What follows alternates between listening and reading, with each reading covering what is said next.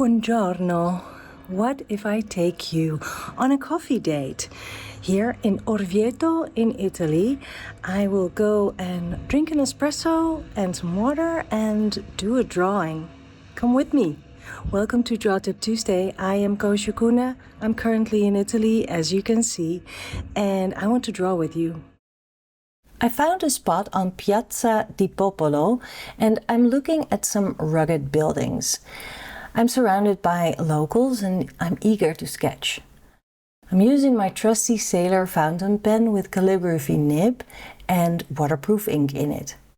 As I am here to teach and not to produce videos, I didn't bring a tripod to film the process, so I take a photo of my page every minute.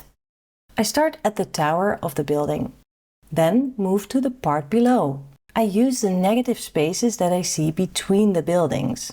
I add windows and lines on the right for the parasol overlapping in the foreground, and then I extend part of the building downwards to where it meets the people in the foreground.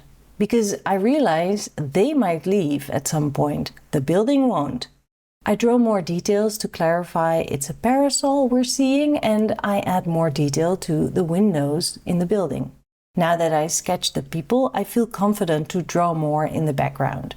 And I keep doing that, adding parked cars in the background too. Quickly scribbling in someone crossing the square and adding more context in the background too. Then filling the empty space on the right-hand side, just really having fun.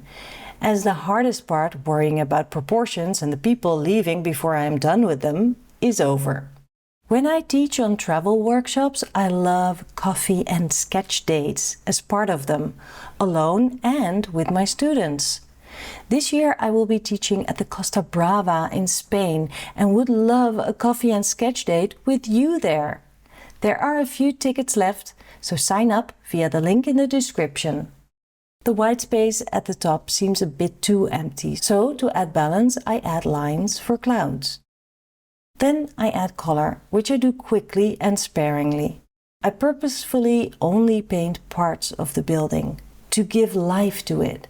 You don't need to add color to the full shape to describe what's going on.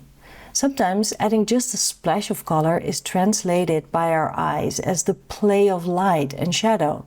And since sun and clouds and a bit of rain alternate today, that seems suitable. I also added some extra texture using my paintbrush. I add blue for the sky as a contrast to the clouds. Then also add some blue below in the drawing to repeat the color for balance.